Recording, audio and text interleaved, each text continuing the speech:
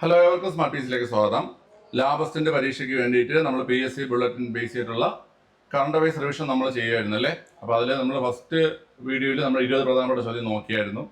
ഇന്ന് നമ്മൾ മറ്റൊരു 20 പ്രധാനപ്പെട്ട ചോദ്യങ്ങൾ നോക്കുന്നത്.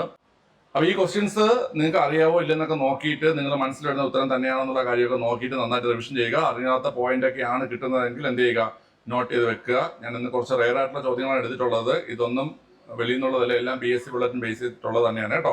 ഓക്കെ, അപ്പോൾ പഠിക്കുക. ഇന്ത്യയിൽ ആദ്യമായി ശുചീകരണത്തിന് റോബോട്ടിക് സംവിധാനം ഏർപ്പെടുത്തിയ വിമാനത്താവളം ഏതാണ് ചോദ്യം. ഇന്ത്യയിൽ ആദ്യമായി ശുചീകരണത്തിന് റോബോട്ടിക് സംവിധാനം ഏർപ്പെടുത്തിയ വിമാനത്താവളം നമ്മളെ ട്രിവാൻഡ്രം ഇന്റർനാഷണൽ എയർപോർട്ടാണ്. ട്രിവാൻഡ്രം ഇന്റർനാഷണൽ എയർപോർട്ടാണ് ഇന്ത്യയിൽ ആദ്യമായി ശുചീകരണത്തിന് റോബോട്ടിക് സംവിധാനം ഏർപ്പെടുത്തിയ വിമാനത്താവളം. അടുത്ത, വൈദ്യുതി ഉൽപാദനത്തിനായി കാറ്റാടി യന്ത്രം സ്ഥാപിച്ച ഇന്ത്യയിലെ ആദ്യ കടുവാ സങ്കേതം ഏതാണ്. വൈദ്യുതി ഉൽപാദനത്തിനായി കാറ്റാടി യന്ത്രം സ്ഥാപിച്ച ഇന്ത്യയിലെ ആദ്യ കടുവാ സങ്കേതമാണ് Periyar tiger reserve. Periyar tiger reserve ആണ്, പെരിയാർ കടുവാ സങ്കേതമാണ് വൈദ്യുതി ഉൽപാദനത്തിനായി കാറ്റാടി യന്ത്രം സ്ഥാപിച്ച ഇന്ത്യയിലെ ആദ്യ കടുവാ സങ്കേതം പെരിയാറാണ് കേട്ടോ. അടുത്ത, ഇന്ത്യയിൽ ഏറ്റവും നീളമേറിയ ക്ഷേത്ര ചുമർചിത്രം ഒരുങ്ങുന്നത് എവിടെയെന്നാണ് ചോദ്യം. ഇന്ത്യയിൽ ഏറ്റവും നീളമേറിയ ക്ഷേത്ര ചുമർചിത്രം ഒരുങ്ങുന്നത് കതിരൂർ സൂര്യനാരായണ ക്ഷേത്രം. കതിരൂർ സൂര്യനാരായണ ക്ഷേത്രം. കതിരൂർ സൂര്യനാരായണ ക്ഷേത്രം എവിടെ നേട്ട് കഴിഞ്ഞാൽ കണ്ണൂർ ജില്ലയിലാണ്. കണ്ണൂർ ജില്ലയിലെ കതിരൂർ സൂര്യനാരായണ ക്ഷേത്രത്തിലാണ് ഇന്ത്യയിലെ ഏറ്റവും നീളമേറിയ ക്ഷേത്ര ചുമർചിത്രം ഒരുങ്ങുന്നത് കേട്ടോ. കണ്ണൂർ ജില്ലയിലെ ഏത് ക്ഷേത്രം കുട്ടികളെ? കതിരൂർ സൂര്യനാരായണ ക്ഷേത്രം കേട്ടോ. കതിരൂർ സൂര്യനാരായണ ക്ഷേത്രം. അടുത്ത്, കാസർഗോഡ് കേന്ദ്ര തോട്ടവിള ഗവേഷണ കേന്ദ്രം വികസിപ്പിച്ച കൽപ്പസുവർണ, കൽപ്പശതാബ്ദി എന്നിവ എന്ത് വിളകളാണ്? കാസർഗോഡ് കേന്ദ്ര തോട്ടവിള ഗവേഷണ കേന്ദ്രം വികസിപ്പിച്ച കൽപ്പസുവർണ, കൽപ്പശതാബ്ദി എന്നിവ തെങ്ങിനങ്ങളാണ്. ഈ കൽപ്പ എന്ന വാക്ക് കേട്ടപ്പോൾ തന്നെ നിങ്ങൾക്ക് കിട്ടിക്കാണും അത് തെങ്ങാണെന്നുള്ളത് അല്ലെ. അപ്പൊ കാസർഗോഡ് കേന്ദ്ര തോട്ടവിള ഗവേഷണ കേന്ദ്രം വികസിപ്പിച്ച കൽപ്പസുവർണ, കൽപ്പശതാബ്ദി എന്നിവ തെങ്ങിനങ്ങളാണ്. അടുത്ത, 2024 അരുണാചൽ പ്രദേശിൽ നിന്ന് കണ്ടെത്തിയ പുതിയ സസ്യത്തിന് ഏത് സസ്യശാസ്ത്രജ്ഞയുടെ പേരാണ് നൽകിയിരിക്കുന്നതാണ് ചോദ്യം. 2024 അരുണാചൽ പ്രദേശിൽ നിന്ന് കണ്ടെത്തിയ സസ്യത്തിന് ഏത് സസ്യശാസ്ത്രജ്ഞയുടെ പേരാണ് നൽകിയിരിക്കുന്നത് ചോദിച്ചു കഴിഞ്ഞാൽ EK ജാനകി അമ്മാൾ കേട്ടോ. EK ജാനകി അമ്മാളിന്റെ പേരാണ് നൽകിയിരിക്കുന്നത് കേട്ടോ. അപ്പൊ 2024 അരുണാചൽ പ്രദേശിൽ നിന്ന് കണ്ടെത്തിയ സസ്യത്തിന് ഏത് സസ്യശാസ്ത്രയുടെ പേരാണ് നൽകിയിരിക്കുന്നത് ചോദിച്ചാൽ EK ജാനകി അമ്മാൾ എന്നതാണ് ആൻസർ കേട്ടോ. ഓക്കെ, അപ്പൊ നമുക്ക് ഇത്രയും ഒന്നുകൂടെ നോക്കിയാലോ. ഇന്ത്യയിൽ ആദ്യമായി ശുചീകരണത്തിന് റോബോട്ടിക് സംവിധാനം ഏർപ്പെടുത്തിയ വിമാനത്താവളമാണ് തിരുവനന്തപുരം. വൈദ്യുതി ഉൽപാദനത്തിനായി കാറ്റാടി യന്ത്രം സ്ഥാപിച്ച ഇന്ത്യയിൽ ആദ്യത്തെ കടുവാ സങ്കേതം പെരിയാറാണ്. ഇന്ത്യയിൽ ഏറ്റവും നീളമേറിയ ക്ഷേത്ര ചുമർചിത്രം ഒരുങ്ങുന്നത് കതിരൂർ സൂര്യനാരായണ ക്ഷേത്രം കണ്ണൂരാണ്.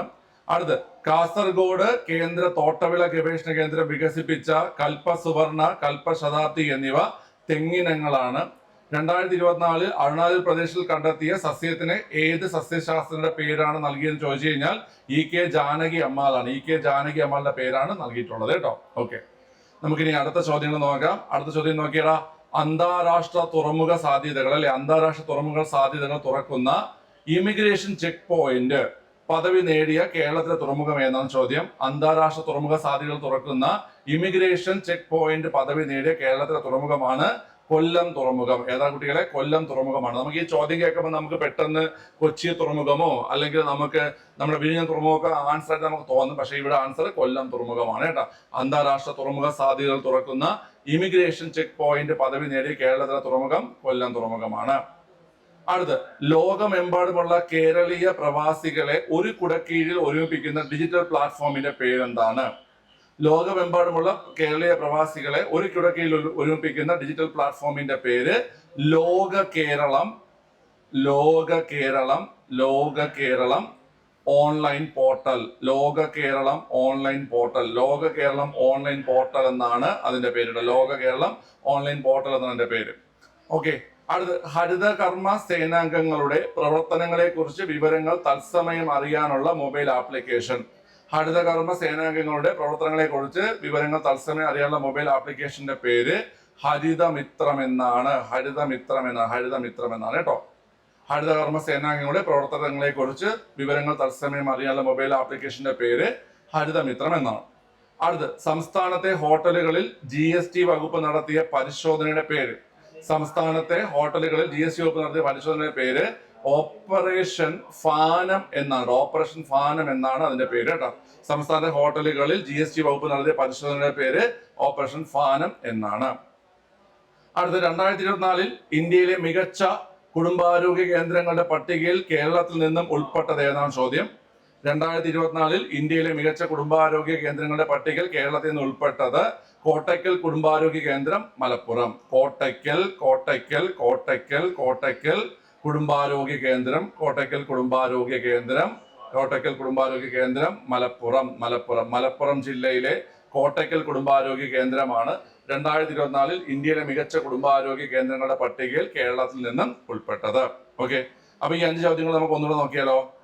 അന്താരാഷ്ട്ര തുറമുഖ സാധ്യതകൾ തുറക്കുന്ന ഇമിഗ്രേഷൻ ചെക്ക് പോയിന്റ് പദവി നേടിയ കേരളത്തിലെ തുറമുഖമാണ് കൊല്ലം. ലോകമെമ്പാടുമുള്ള കേരളീയ പ്രവാസികളെ ഒരു കുടക്കീഴിൽ ഒരുമിപ്പിക്കുന്ന ഡിജിറ്റൽ പ്ലാറ്റ്ഫോമിന്റെ പേര് ലോക കേരളം ഓൺലൈൻ പോർട്ടൽ എന്നാണ്. ഹരിതകർമ്മ സേനാംഗങ്ങളുടെ പ്രവർത്തനങ്ങളെ കുറിച്ച് വിവരങ്ങൾ തത്സമയം അറിയാനുള്ള മൊബൈൽ ആപ്ലിക്കേഷന്റെ പേര് ഹരിതമിത്രം എന്നാണ്. സംസ്ഥാനത്തെ ഹോട്ടലുകളിൽ GST വകുപ്പ് നടത്തിയ പരിശോധനയുടെ പേര് ഓപ്പറേഷൻ ഫാനം എന്നാണ്. 2024 ഇന്ത്യയിലെ മികച്ച കുടുംബാരോഗ്യ കേന്ദ്രങ്ങളുടെ പട്ടികയിൽ കേരളത്തിൽ നിന്ന് ഉൾപ്പെട്ടത് കോട്ടയ്ക്കൽ കുടുംബാരോഗ്യ കേന്ദ്രം, മലപ്പുറം ജില്ല. കോട്ടയ്ക്കൽ കുടുംബാരോഗ്യ കേന്ദ്രം, മലപ്പുറം ജില്ലയാണ് കേട്ടോ. ഓക്കെ, മനസ്സിലായല്ലോ 10 ചോദ്യങ്ങൾ. അടുത്ത ചോദ്യം, കേരള സർക്കാർ ആരംഭിക്കുന്ന വിമാന സർവീസ്. ഇതിന്റെ ചർച്ചകൾ നടക്കുന്നേ ഉള്ളൂ. കേരള സർക്കാർ ആരംഭിക്കുന്ന വിമാന സർവീസിന്റെ പേരാണ് എയർ കേരള. എന്താ പിള്ളേരെ? എയർ കേരള എന്നാണ്. കേരള സർക്കാർ ആരംഭിക്കുന്ന വിമാന സർവീസിന്റെ പേര് എയർ കേരള എന്നാണ്. അടുത്ത്, കേന്ദ്ര കിഴങ്ങുവിള ഗവേഷണ കേന്ദ്രം വികസിപ്പിച്ച മൊസൈക് രോഗത്തെ പ്രതിരോധിക്കാൻ കഴിവുള്ള മരച്ചീനി ഇനം ഏതാണ്? കേന്ദ്ര കിഴങ്ങുവിള ഗവേഷണ കേന്ദ്രം വികസിപ്പിച്ച മൊസൈക് രോഗത്തെ പ്രതിരോധിക്കാൻ കഴിവുള്ള മരച്ചീനി ഇനം ഏതെന്ന് കേട്ട് കഴിഞ്ഞാൽ സ്ത്രീ ശക്തി.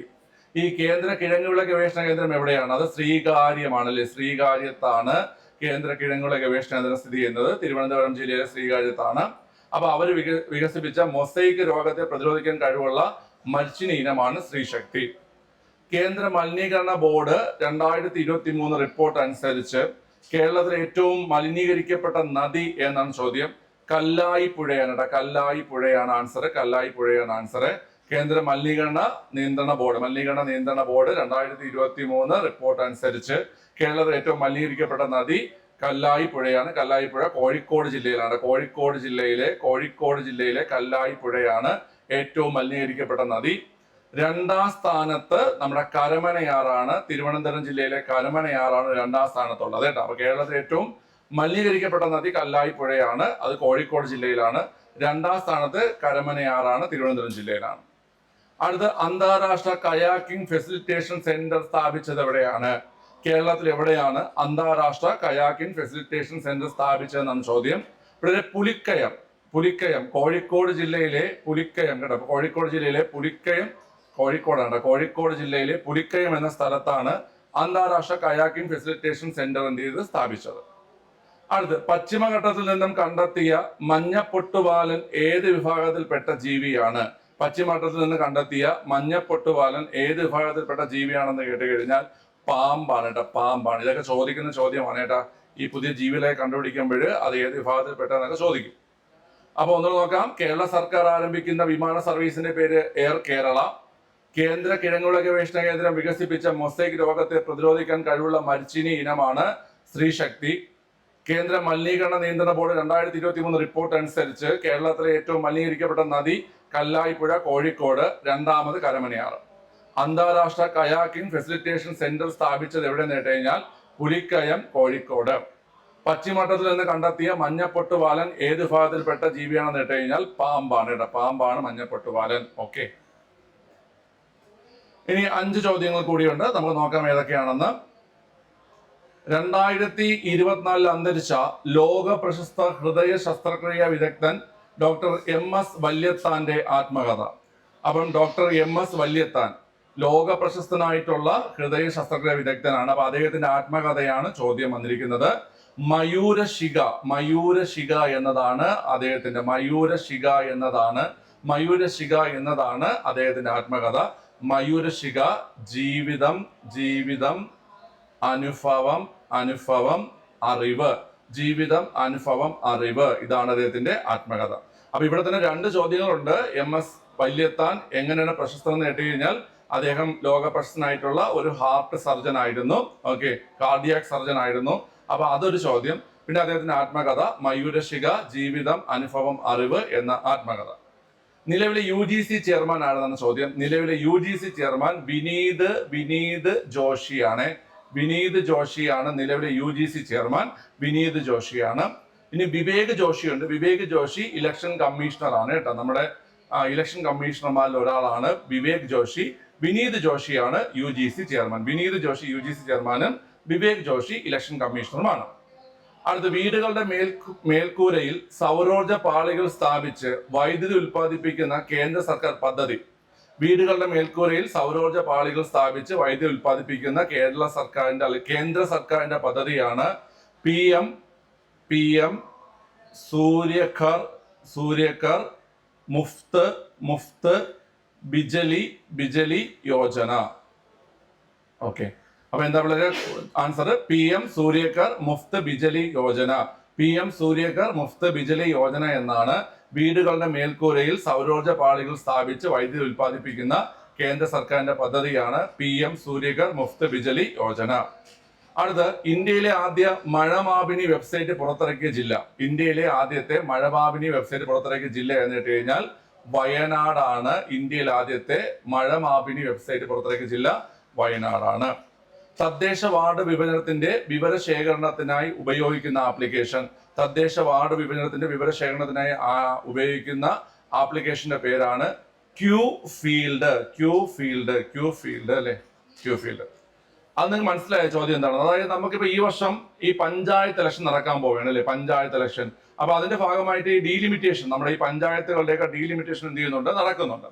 അപ്പൊ അതിന് വേണ്ടിയിട്ട് വിവരശേഖരണം നടത്താൻ വേണ്ടി ഉപയോഗിക്കുന്ന ആപ്ലിക്കേഷന്റെ പേരാണ് ക്യൂ ഫീൽഡ്.